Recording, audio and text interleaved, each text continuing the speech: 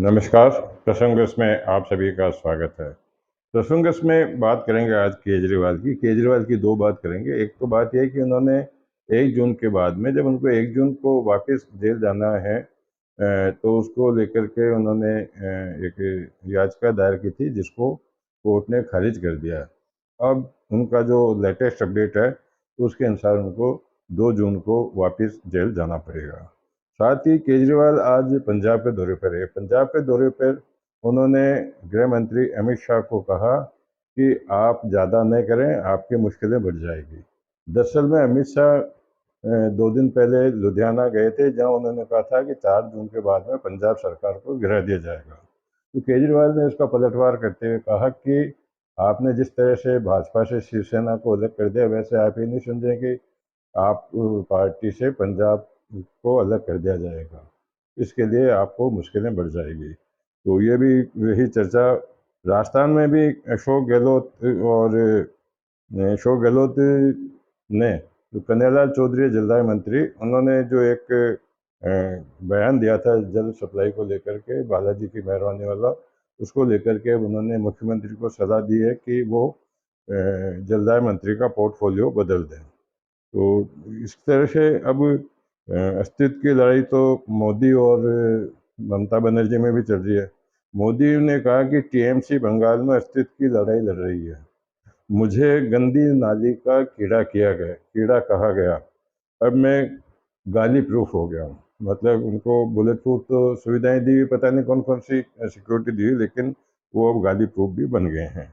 उन्होंने ये भी कहा कि पीएम मोदी ने टीएमसी अस्तित्व के लिए लड़ रही है, बीजेपी के लिए सबसे ज़्यादा फायदे वाला राज्य होगा बंगाल।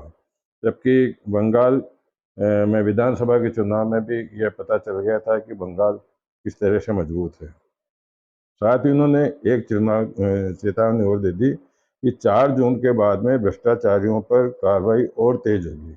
आज झारखंड के दुमका में वो बोल रहे थे, जहां उन्होंने कहा कि घोटाले देश भर में जो घोटाले में और लूट में मचे थे, उन सबको बंद करवा दिया जाएगा। उन्होंने इतना ही नहीं, लेव जिहाद के मामले में झारखंड में जो शनि रविवार की जगह शुक्रवार को छुट्टी कर दी गई, उसके ऊपर भी वो बरसे। और वहाँ प्रियंका गांधी भी चुप रहने वाली की थी। प्रियंका गांधी हिमाचल में अभी पिछले कुछ दिनों से हिमाचल में ही चल रही है।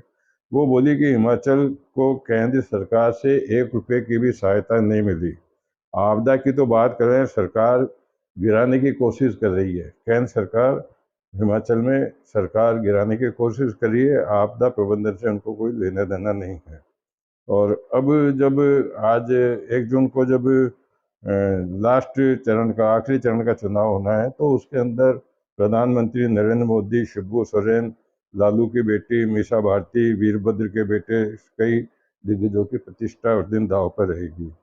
बात करते हैं मिजोरम में। मिजोरम में लैंडस्लाइड से 13 लोगों की मौत हो गई, 16 लोग वहाँ गायब लापता हैं।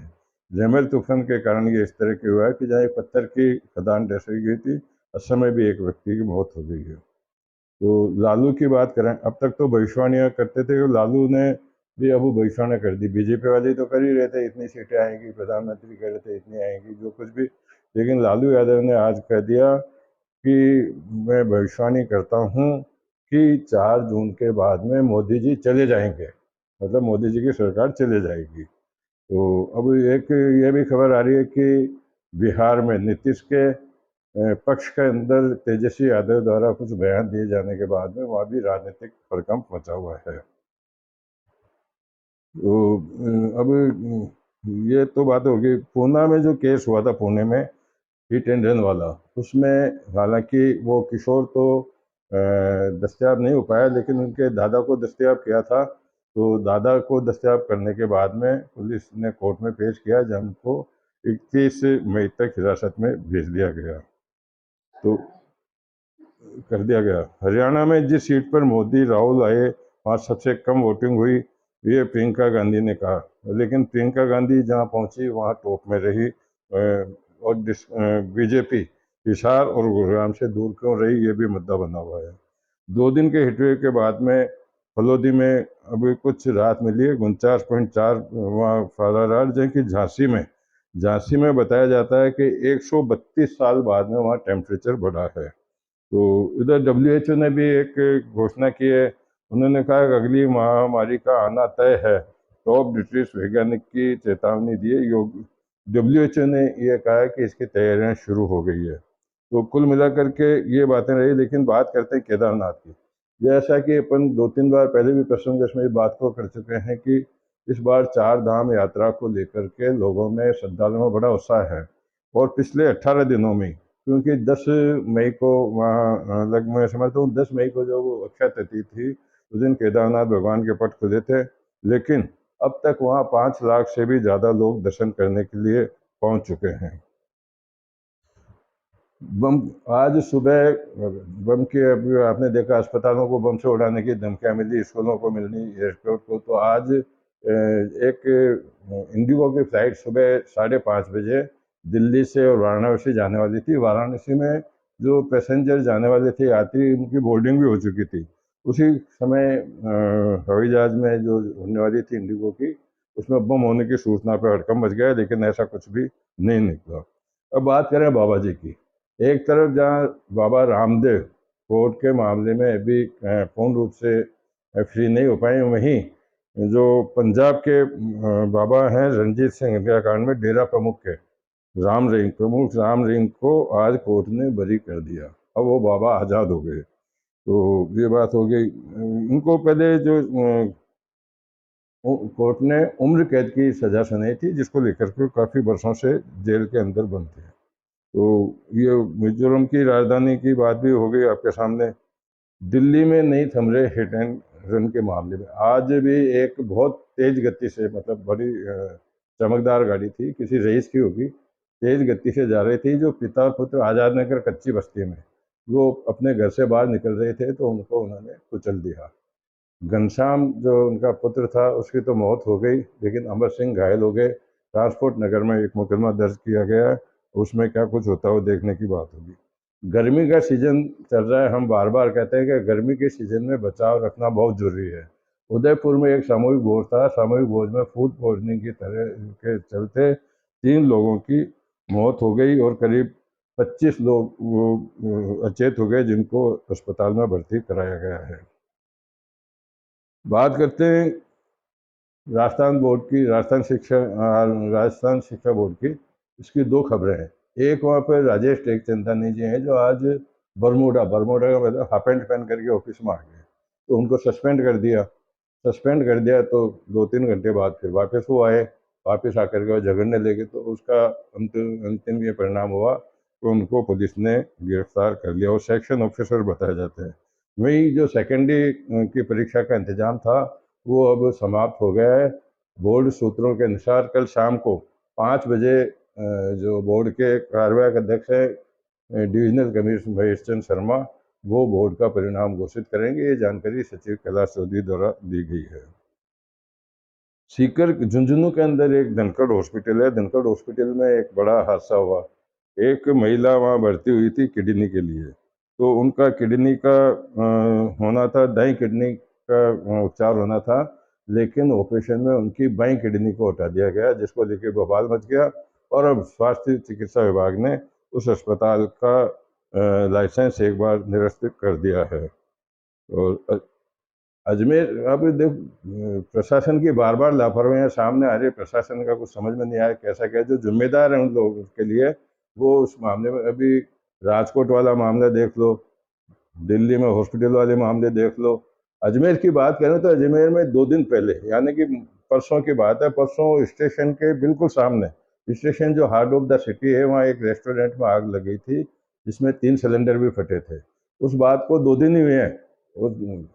कलेक्टर के कहने के बाद में रसद विभाग की टीम पहुंची थी, जहां पर काफ़ी संख्या में घरेलू गैस भी वहाँ मिले थे।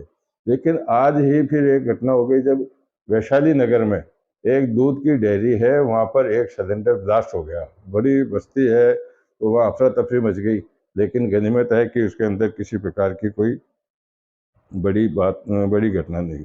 हरियाणा की बात करते हैं सोनीपत में। सोनीपत रिको इंडस्ट्रियल एरिया के अंदर आज टायर बनाने की एक फैक्ट्री है, जिसके अंदर आग लग गई। रबड़ फैक्ट्री है टायर की, उसमें आग लग गई, जिससे 40 लोगों के झुलसने की खबर है। ब्राह्मण समाज की बात कर लेते चलते चलते। ब्राह्मण समाज के लिए कहा जाता है कि ब्राह्मण हमेशा लेने में रुचि रखते हैं, लेकिन ब्राह्मणों को लेने का मतलब जो उनके यजमान हैं उनका दायित्व है कि उनको दक्षिणा देंगे। ये शास्त्रों में भी कहा गया है कि उनको दक्षिणा बनती है। लेकिन ब्राह्मण का ब्राह्मण समाज आज 25 मई को भी और आज फिर उन्होंने बस स्टैंड के ऊपर कैरी का पानी पिलाया ताकि गर्मी से लोगों को राहत मिल सके। ये एक मेरा अलग से कार्यक्रम है, वो अगर आप देखना चाहें तो यूट्यूब पे मेरे लिंक पे मिल सकता है, उसको देख सकते हैं किस जोश शोर से हुआ था। लेकिन कुल मिलाकर के प्रसंग में आज यही चर्चाएं शामिल है। कल फिर नई चर्चाओं के साथ मैं आपके सामने उपस्थित होऊंगा। तब तक के लिए नमस्कार।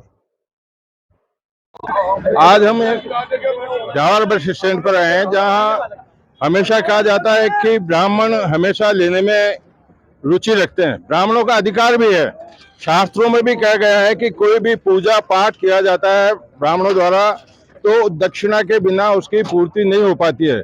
लेकिन ब्यावर के ब्राह्मणों में इतनी एकता है, जो कर्मकांडी ब्राह्मण है, पूजा पाठ करने वाले ब्राह्मण है।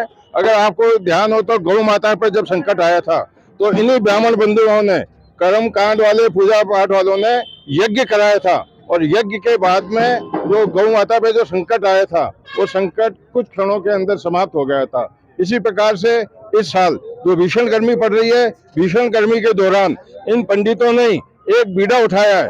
अपने श्रम के खर्चे से, श्रम की ताकत से, खुद के शारीरिक शक्ति से इन्होंने आज यहाँ बेड़ा उठाया, जिसमें बस स्टैंड, हालांकि 25 तारीख को भी इन्होंने एक कार्यक्रम किया था, लेकिन बढ़ती हुई मांग को देख करके आज पुनः मंत्रोच्चार के साथ में ये कार्यक्रम है शुरू कर रहे हैं। देखिए किस प्रकार से इनकी एकता है, किस प्रकार से इनकी संस्कृति के अंदर जो मंत्रोच्चार की विधि है, आप सुनिए।